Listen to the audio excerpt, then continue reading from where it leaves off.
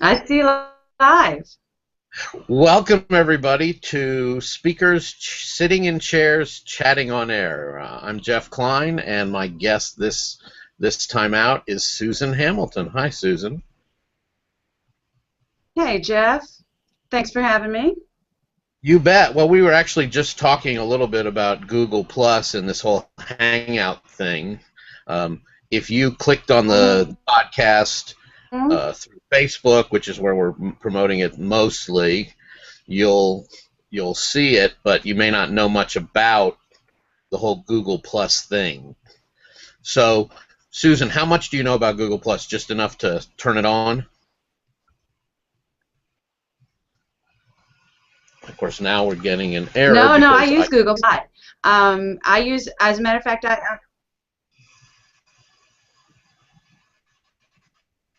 that better? yeah, go ahead.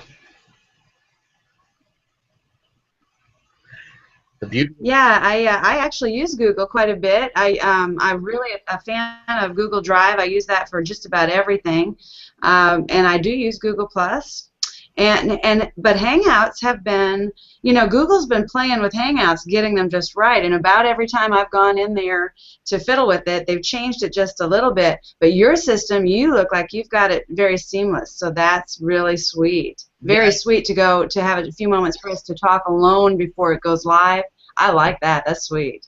yeah. I mean, there are other tools that if you just start, you're automatically live with the Hangouts, where you click on start a Hangout on air. It does give you that time to chat before you hit the broadcast button. So in that way, it's a little bit like real Well, what TV. I like too, what confused me is expecting since we had this appointment made already to get together today, I expected to see some other type of an invitation or to go to your page, and that was not helpful at all. Your invitation came right up on my page, so that's helpful.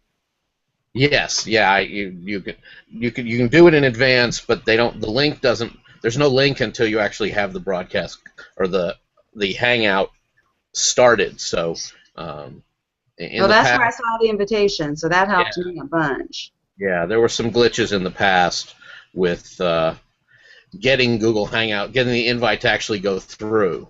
But Yes, that's what I've had. That's the yeah, problem I've had.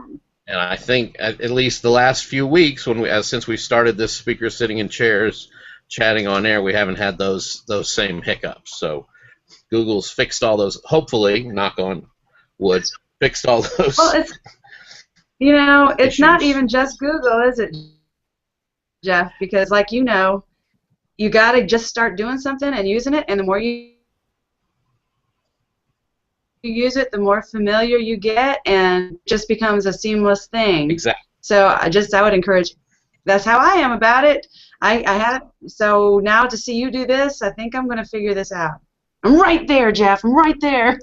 Excellent. And as speakers, we get to share our experiences with bunches of people, which is fun. I can't. I'm trying to think of.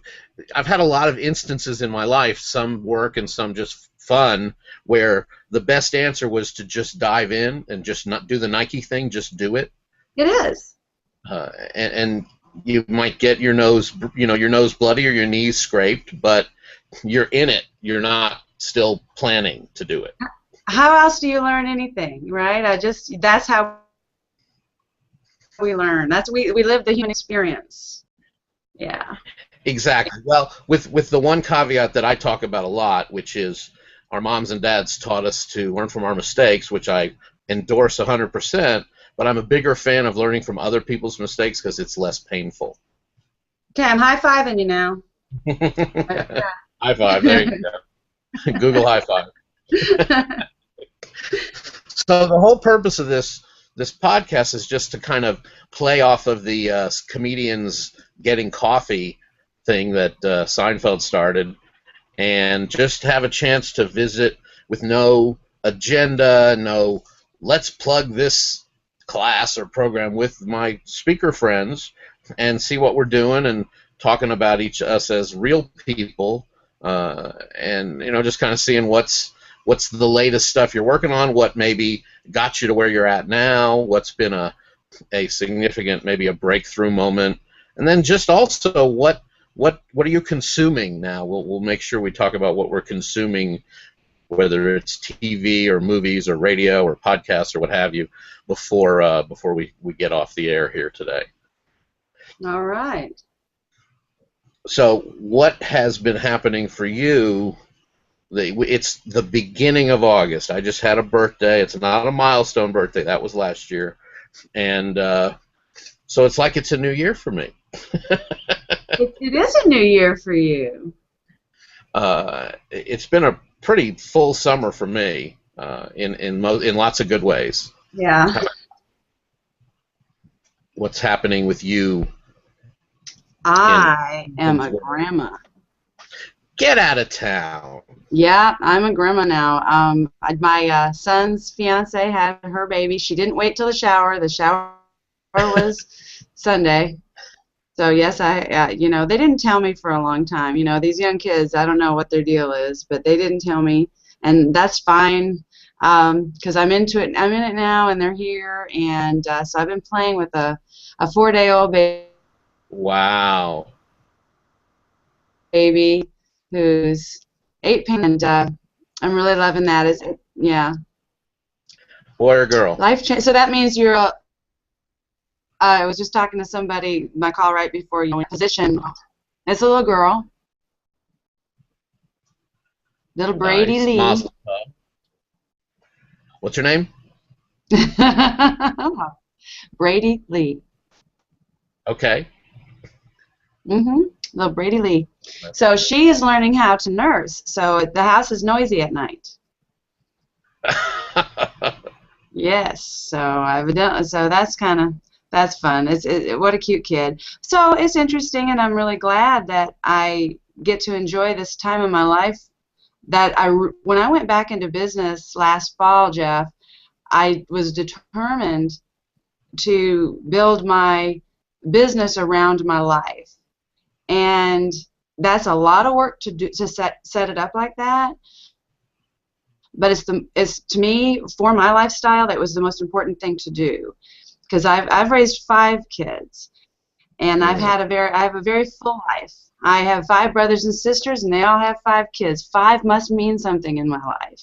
Wow. But yeah, I've got a huge family, and with my dad's passing this last May, that was it was tough to dive into my life again. You know, going through, being a grandma, I'm able to dive into my life again, and I'm glad I set things up the way I did so that I could enjoy these moments. Wow, that's great. How old is your youngest? He's 20. Okay, got it. Yeah, I have friends I went to high school with who are multiple grandparents. Meanwhile, I'm still off to my late start. Are you? I haven't been married yet, and I plan to, that's still in the works. I want to get married and have at least one child. That's the plan. I haven't given that up. A lot of my friends, they're worried about me, but it's all going to work out. Oh, bless your heart. Yeah, you'll get it big time too, because one kid is a lot of work. It is better off to have 2. I always thought I'd only have 1. Yeah. Surprise! Right now I'm just being the best uncle in the world. Well, you are. And yeah, life just kind of happens, and you gotta. A wise man once told me. He says, when with our lifestyles as entrepreneurs, we have to learn how to build the boat while it's on the water. And, right.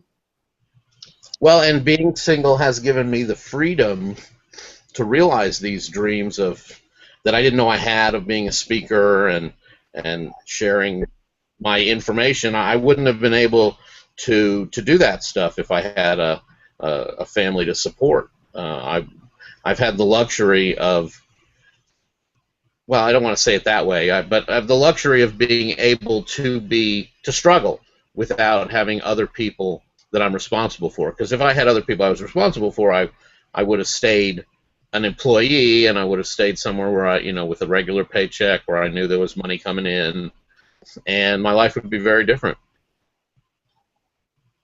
And think of all the people who would have missed That's out. yeah. Yep. I don't know though, Jeff. You are an entrepreneur. You really kind of embody that. I dig that no longer than I've known you, I've watched you think about some idea over here, and you start moving in that direction, and you've got about 3 or 4 things going at the same time. That's how we do. That's how we do, and I love that, and I love surrounding myself with those kinds of people because we're the ones that we'll get it done. Oh yeah, well, and the 2 jobs that I had the best time at and was the best at, I guess there were 3 really. They all involved having multiple things going on at the same time. In my 20s, I managed a Radio Shack for about a year and a half, and that was definitely back then the store manager made a lot more decisions than they do now. Yeah. So I was training employees, I was selling, I was doing the inventory control and all those things. So I had, the multiple plates spinning that I seemed to enjoy.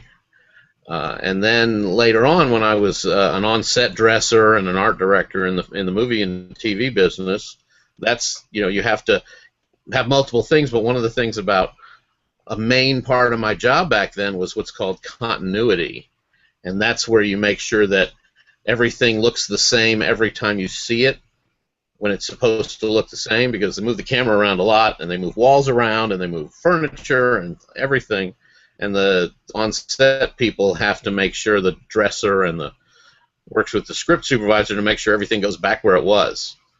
So that was definitely a multitasking job that was still detail-oriented. And then, when I worked at the Film Association, there was always more than one thing that had to be done.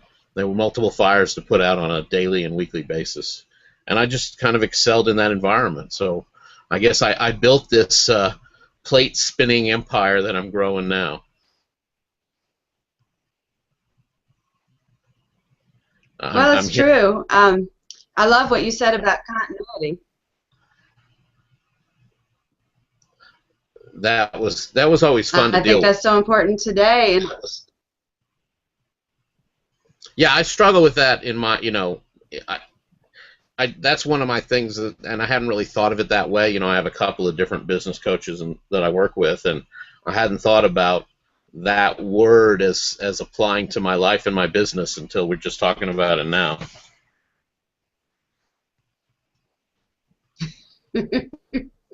It does, and it's consistent branding, and it is a difficult thing to wrap your head around because your audience, whether it's online or in person, and even speaking matters online, just like this. I'm about to launch a whole cast of tools, of business coaching tools that video does matter, even as a speaker. Share how to communicate the types of things that need to be understood. It's a lot of work, but the continuity aspect of it is going to help your listener absorb what you're saying. That's true. All of that really contributes to it. Yeah. How much are you planning to do video, and how much are you planning to do just straight audio? I'm going to lean heavy into video right now, and I really plan on having this done by the end of August. I had planned on having everything done by the end of July, and of course we had an early baby. Yeah, because I intend to enjoy that part of my life. Yeah, I will say that that changed it up a little bit, but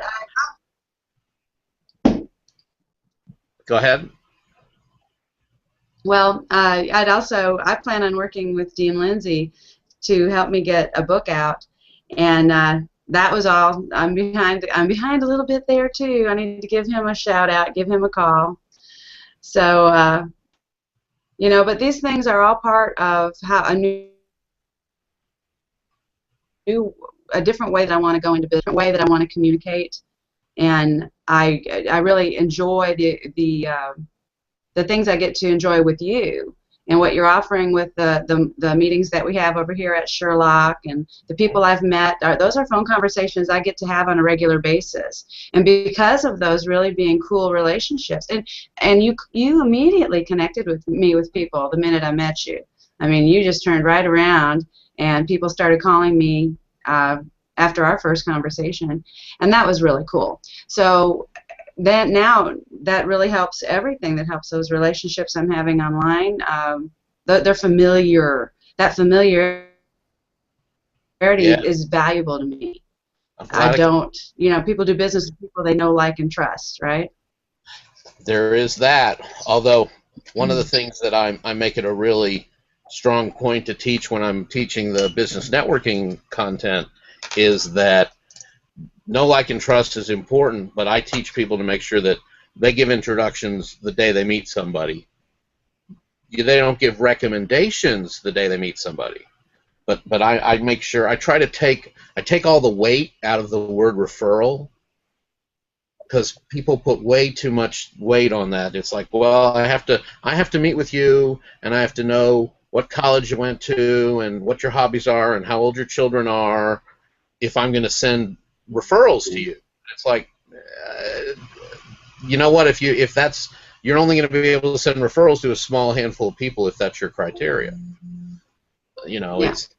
It's this, referrals are just warm introductions, and you qualify them based on who you're referring to. So, when we first met, I could say, meet Susan. She speaks, she's a coach, and she's got this passion for helping people who've been in the prison system, and she's really, fun, and she's got a great energy. But I just met her. Now I can say, meet Susan. She's a business coach. She's working with people I know. I trust her to help the people I send to her, and she's got this passion and this other stuff. So you just change the description of how you're introducing somebody, but you don't not introduce people. I like that. I like that a lot. And those are all things, my first years in business, I didn't ever have to do that. When we started out with, I was my sister and I owned a national full-service marketing agency, and we really didn't have to do those types of things. We worked on Skype, her and I, in 2 separate offices. She was in Wisconsin, and me here in Dallas, and in the Richardson area. And we had business when we first launched into it that a whole organization hired us and to work with each one of their people, and we were the referred company. And it was awesome because we were building websites when it just began. SEO was just starting out, and we were able to do all this stuff. But there's a lot of technical, a lot of creative, and a lot of time on your computer. And the business came to us. We really didn't go out and develop. Had a national audience, very dispersed from Maine to California, Wisconsin to Texas, and we really never had to do the types of things that I could start to tell that I really wanted to. I think it's healthy to get out and meet people and start networking and that that's been and it's helped me to see different ways that things get done by having those, like you said, these warm conversations. They're not just those introductions are warm conversations if you've got something to offer in the business world. Right. So it's a very I think you never stop learning, and I think we all learn from other people that were around. It's a much cooler way to live now that I've gone back into business, making that a priority with Leaping Walls. Well, and I can look back and before I knew what networking was, I can look back and see some major examples of when I was being a really good networker. I just didn't know that's what it was called. When I started. Yeah, probably. You seem natural with it. Well, I'm not just I'm a people person, but when I started in the film business back in the 80s, I was a production assistant because that's how you started back then. You were a flunky, a peon, a floor sweeper, whatever, and I had a business card and I got some advice from people on what to put on the business card. So back then you had your phone number and your pager, because you had to have a pager, Yeah. and my name and the word production assistance, ANCE. And I gave my card to everybody in the business. If I worked on a shoot, I'd give my card to the electricians and the grips, and they would go, "Well, I don't need your card. I don't hire PAs." And I said, "One of these days, somebody's going to turn to you and say, 'I need a PA. Who do you know?' And you're going to have my card in your wallet." And sure enough, I got work that way. And it got to be sort of a joke, a running gag, when I'd hand somebody my card at the end of a job, and he'd say, "Well, I've already got some. You take another one. You're going to give it to somebody else." And that's Love that's that. what well, that's what they've been teaching Yeah. at BNI and all these other places for all these years. I just didn't know I was doing it. My first job in Dallas. When I first started getting out networking.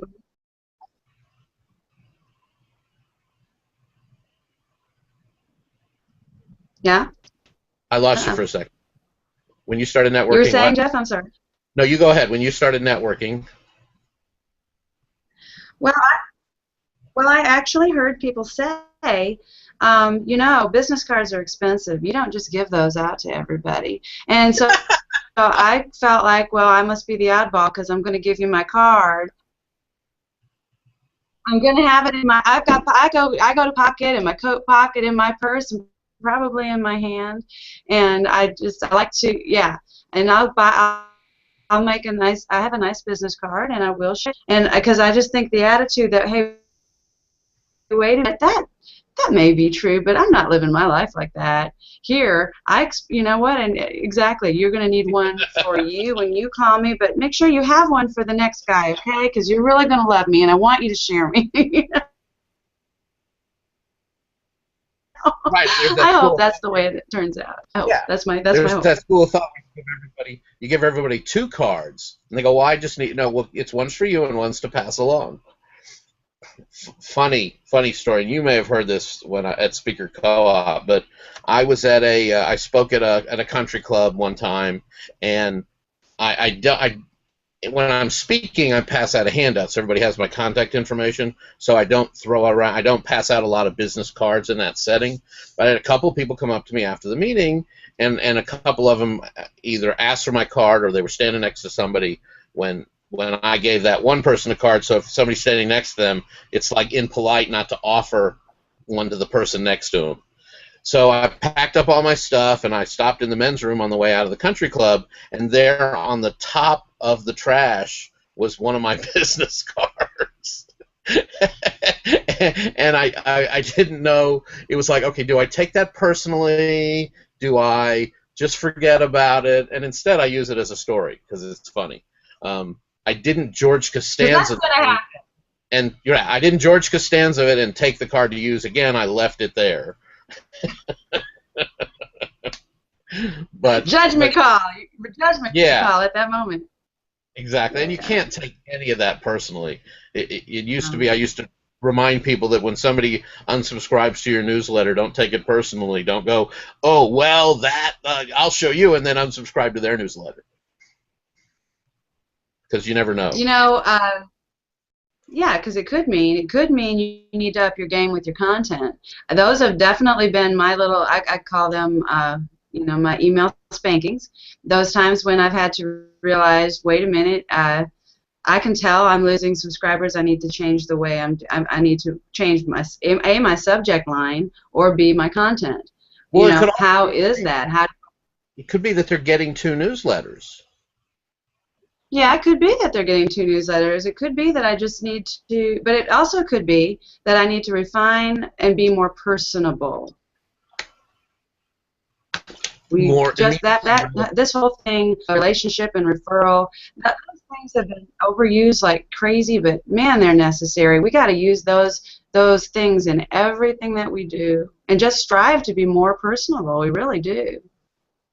Absolutely, and relevant, and I like the word resonance, and we want to resonate with the people we're trying to reach.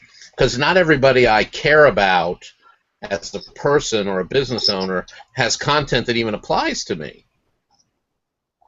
So do I need the newsletter of the person who helps couples through divorce, even though I send them business all the time? Or, so do I subscribe to their newsletter and never read it because it doesn't apply to me? Or do I mess up their demographic numbers by being on their newsletter list? I don't have an answer to that. That's more of a rhetorical question. Well, What do I you have think? an answer for Okay. I'll tell you exactly what the answer is for that. If you don't open someone's newsletter, you are doing them a disservice. You're better off to unsubscribe. Every once in a while, about 3 or 4 times a year, I ask my readers if they want to unsubscribe, because because it is better for me to have a smaller list of interacting active subscribers than it ever is going to be to have a huge list of people. Because here's the thing most people don't understand about email. FCC regulates all those email servers, and so when you start getting unopened, it doesn't take long for it to start going into the spam box. Once it's going into spam, FCC starts paying attention. Well, how frequently is it going into spam? Is this a problem? And you don't want to get yourself in a spot where you're blocked from your email servers and you have to reapply for the right to even use Yes. Yeah. email. So as a business perspective, you're never hurt. I agree. Personally, you're never in worse shape to unsubscribe. You're actually, if you've got a product, I think it's fair to let someone know what you would rather have seen. I think that's a way to be constructive about it. But that's asking for the moon there. People don't really care enough to do that. But but that would be the best thing, is just to go ahead and not. If you're not going to open it, if you love that guy, don't let it go in the spam. You're hurting him. Yes. That's really good advice. That's great information. And I had a robust newsletter a few years ago, and I would get a 40-something% open rate, which was great. Yeah, it is. Now I don't know if I'd get that anymore because there's so much more information out there now. But I do need to start doing more. Actually, the monthly touches I'm doing now are more about audio and video. We just launched the monthly education for all the Speaker Co-op members, and we launched the monthly masterminding for the people like you who are Spotlight members. I'm not sure if I need to add a monthly email newsletter. Well, if I'm doing audio content and video content. What are your thoughts about that? Well, if it was my company, Jeff, I would share the fact that I'm doing audio and video in my newsletter. Okay. That's just it's such a strange time of life to be in business, because we have Facebook and you've got the page and you share what you're doing on that. I'm grateful that you do that. It helps me stay connected, because I get busy going on about my business, but you're a valuable relationship to me. So I like that you keep me connected in that. But sometimes even a newsletter is a helpful thing. But I would share it like that because a newsletter is when you get in somebody's inbox,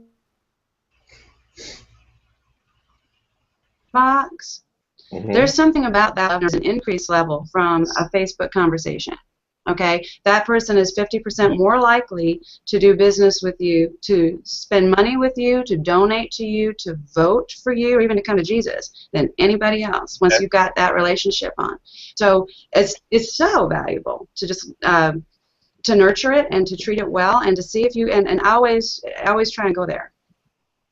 Okay. I mean, I know we are I am hitting inboxes with invites from Meetup. But I definitely, and that's why I asked your opinion, because I value what you have to offer, because you've got so much experience in that realm.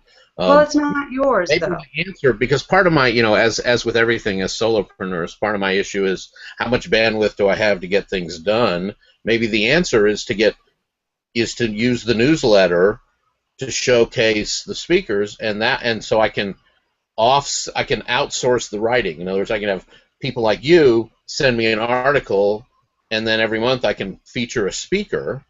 Yep, that's a real good idea. I'm all about that. That would be the But you know what? co-op side. Now, what do I do for Jeff Klein Speaker? That means I still need to launch a newsletter from my personal speaking business and Well, the offer thing business. is, everything that you're doing through Meetup and Facebook, those emails that go out, they do go out, and that's valuable, but they're not yours. That list is there. Right. Okay, so you really want to have that with you. No. And we're really making an effort to get people to go to the education page at Jeff Klein's at Speaker Co-op and at Jeff's 30 Seconds, because both of those education pages, that's my way to get people to opt into to an email list. And right now we're working. That's one of the things that's a priority on the business side is converting people, because I've got 1,100 people in the meetup. There's almost 900 people in the Facebook group, but neither one of those do I have access to sending them a message personally. Well, I'll tell you what, there are ways that you can do an email sign up on your Facebook page, and if you did an email, if you managed your meetups, because you do Houston, Dallas, and Austin, okay, and guess what? Sometimes I'm in Austin. I like knowing you do that. One of these days, I'm gonna meet your people there. I go to Houston. I'm going to run into your people there. One of these days, the stars are going to line up, and we're all good. I'm going to get to go to those things. So you might be able to reach out, through one email, just putting those links to those areas in it, and have your whole audience in that for Jeff Klein. That's very good. Thank you. Thank you for that. Well, and what's interesting is a while ago, I added those two links to my email signature, the free education for networking and the free education for business speaking, and they have not really accomplished anything. They haven't really drawn. I don't know, because I get an email when somebody opts into the websites, becomes a free member, and I don't believe that the email signature is turning into anything. Do you have any advice on how to turn that into something? Or I know I need to keep it there because it's valuable information. It is. It's valuable real estate on top of that. You don't want to waste those spaces, and you definitely want to be reachable in your email signature. That's really wise to have all that in there. But those links go back to those websites? Right. They go to the specific education pages on those two websites to get free. You don't think? So how long ago did you do that? At least a year. Yeah, you should have seen something by now. Yeah, let me look at that and just see. You said it's for Jeff Klein's 30 Seconds? Right, there's two education links. It says free networking education and free speaking education, or something like that, with the appropriate link. Well, I don't remember seeing it. So you said that comes out. I wonder where I would have seen that. It's in my email signature. So I think the reality, Susan, is people don't scroll down that far. They read the message and then move on. But which email? Every time you get an email from me, from Jeff at speakercoop.com, that's part of the signature line. Even on when I send somebody an email out through my phone, that's part of the signature. So the only time you wouldn't have seen it is when you get emails through the meetup. Well, I'll tell you that. Well, this is what I would do if I had that. I would continue to keep it in my signature because it's important there. But if you are going to decide that, okay, specifically I want to get this audience that I'm already reaching to go to those locations, I would say within my first 2 lines of text to use those links there also. Whenever you're sending out, there is a very good chance that they're not scrolling all the way down, but even if they did, people really do have a tendency to click early on, and that's why so many times you see people with those links 2 or 3 times in the email rather than just in one location. Okay. So I think that's what I would do if I saw that. to really drive them, and then make sure that that's what you're tracking. Okay. That's Thank you. what's, because you can find out if that.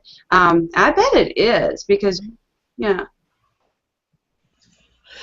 So what do you have any advice questions? Like I've asked you a couple. Do you Oh, have you anything froze up a little bit. about? I've asked you a couple of advice questions. Do you have anything you've been thinking about that I can answer and offer you some information, and as well as our viewers?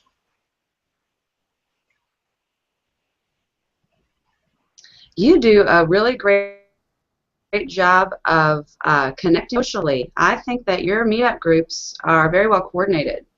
I don't the amount of time. I'm curious how long it takes you to put that together, because you really invest yourself in that, and it's beneficial. It's not just beneficial for you, which clearly it is, but it's beneficial for the rest of us, so we can see there's value in going and there's value in participating. So I'm just curious. I have a Richardson Business Builders meetup group here in Richardson. Now, I took some time off. I had to cancel the meeting the week my dad died. Oh, yeah. Or I guess, and he died 3 weeks later, and I basically spent all that time with him. And then after that, I had work to do to catch up from that time being gone, because you can't really use the hospital internet very effectively, And so all those things plus the 2 weeks it probably took me to lay there and just go, I don't know why I can't think about anything at all. There was nothing up here. Yeah, Nothing well. at all. And that was hard. But when so I want to get back into it. But I had told myself I'm going to take some time now. I'll start another meeting in September coming up before I get Richardson Business Builders back up. But I'm just kind of curious, how do you prepare for and how long did it take you to be so rhythmic about your routine? Well, when we started Speaker Co-op in 2006, we were using Evite. And we'd get 50 people to a meeting with about 200 people on our Evite list. And about 2 years in, we converted over to Meetup. And the main benefit of Meetup over Evite is Evite you can only invite people you know. And Meetup gives you the benefit of people you don't know seeing your events. And, at first I didn't realize how big a tool it was, but we just started really ramping the numbers just way up, and because of that tool. And so what I started doing was I thought it would be important at some point to know who was at the meetings. So after every meeting, I would take the business cards from the meeting and edit the attendance so that the people who didn't show up, I clicked that they didn't show up, and the people who showed up that hadn't RSVP'd showed up as being there. But what that also did was that led me to there was always a list of people, 5 or 6 people every time who weren't even in the meetup group. So after every meeting, I was sending invites to the meetup group for those people who'd actually been at the meeting. And Meetup has a Tell Friends page for every group. And every time I invited somebody to Speaker Co-op meetings, I used the Tell Friends page. I didn't send them an email and leave it at that. So I would invite somebody by email, and then I would say, look for an invitation to opt in to our group so you can keep up with all things Speaker Co-op. And then I'd put that same person's name in the Tell Friends box and send them that same message. See you at the next meeting. Thanks for opting in to stay up to date on all things Speaker Co-op. And then when the tool came out, when the app came out on the phone, actually I don't use not the app. When I got a phone that had internet access on it, I would use that same page. So if I met you at the beginning of a meeting, not the one I was speaking at, but one I was just attending, before the end of the meeting, I had already gone into my phone and invited you through the Tell Friends page to opt into Speaker Co-op. So that's how I built it, and now I have a media coordinator, a meeting and media coordinator, Jessica Tomberlin, who I pretty much, she handles most of that for me now. So I've been able to Good. delegate that task of going in after the meeting and doing doing the attendance right.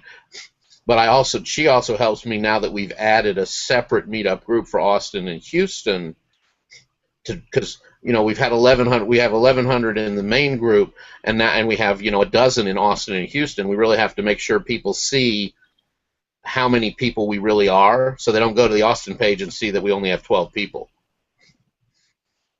So we have to brand those ones that have a smaller population for now, and let people know that there's a lot more of us than they see right there on that one page. Did I answer your question? Yeah, I think that's very interesting. I think that's going to be cool, and I think too.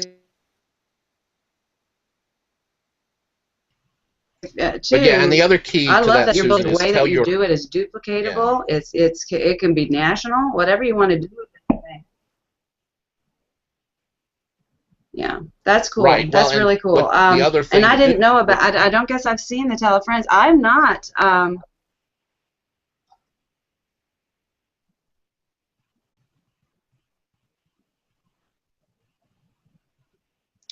sorry.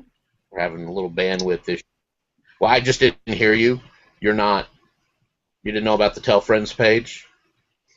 Okay. Okay. So when you go to No, your I didn't know about to your that. meetup, And I don't know if I just haven't looked around in there enough. there's a button that says promote, and somewhere on that list of things is the thing to cut, and it's designed to let you cut and paste people's email addresses into the meetup. So, but don't even try to find it. Just go to your meetup, the name of your meetup. So, meetup.com/speaker-co-op, and then just /tell friends with no spaces, and you'll find that'll take you right to your Tell Friends page. And then you have a box that you can paste Very up nice. to 25. Yeah, you have a box that you can paste up to 25 or 50 email addresses, and then you can type a message to those people, and it'll send an individual invitation to each of the people you've pasted in there.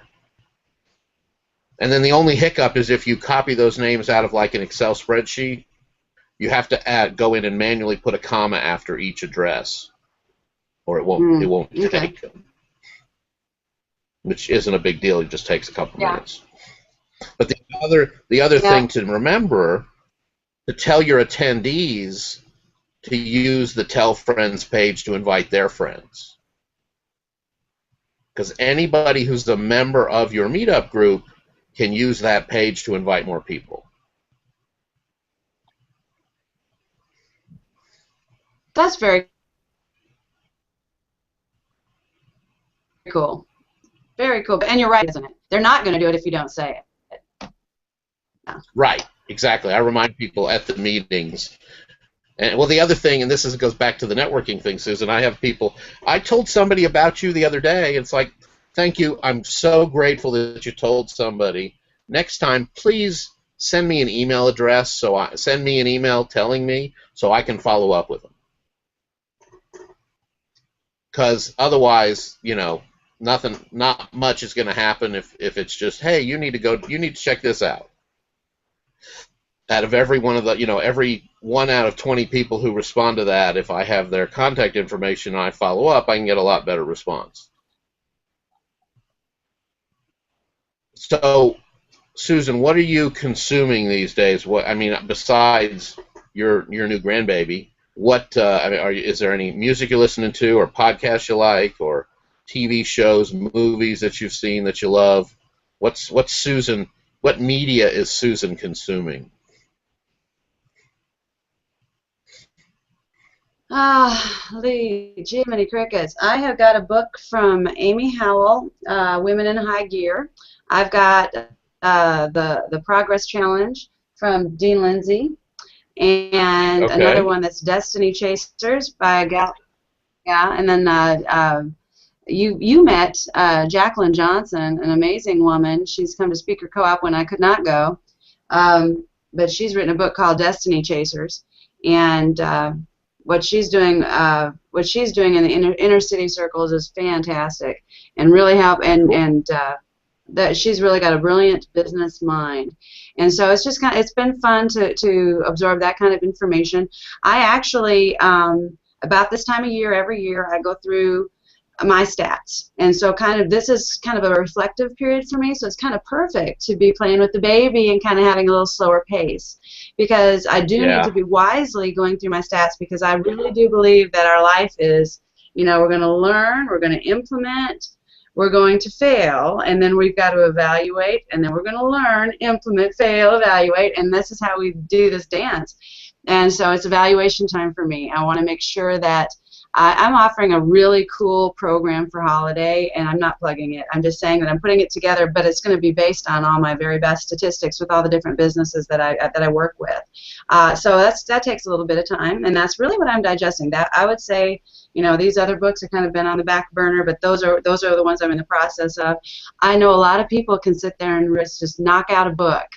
I don't. I chew on it, I highlight it, I do it like I do my Bible, and I just I really, when I'm into something, I want to really absorb what I'm getting, and I love to take quotes out of it. So that's, if I can find that and then use that and use those quotes from those locations later on, it helps me from having to reinvent the wheel. There's lots of good words out there that I don't.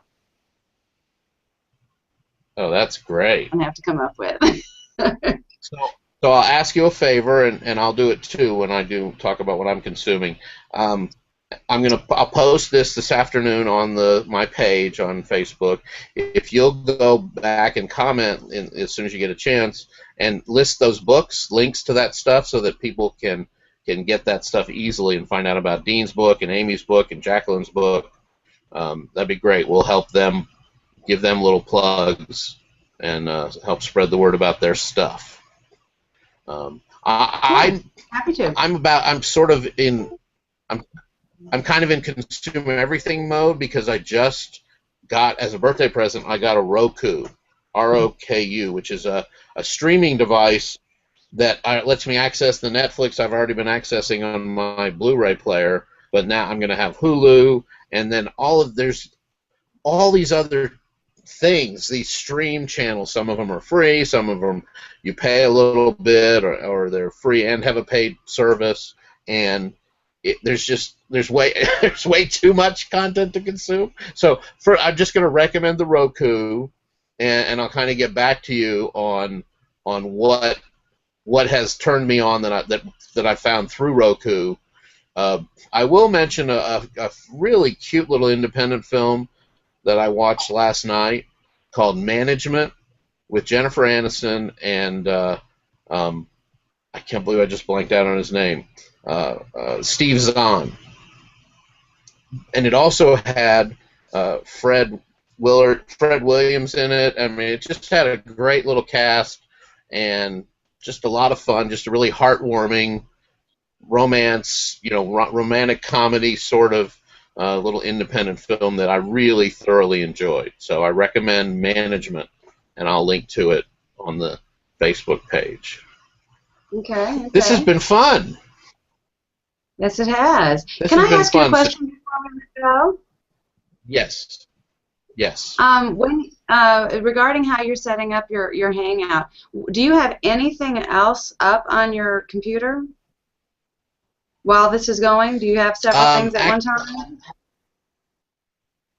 I have a bunch of windows. I always have a bunch of windows open. So I don't. But I'm not. I don't think I'm creating a lot of bandwidth. I'm not active. Okay. I was just wondering that, because I know that. Yeah, you did. I was going to say with Skype, I haven't used a whole lot of Google Hangout, but because I use group Skype.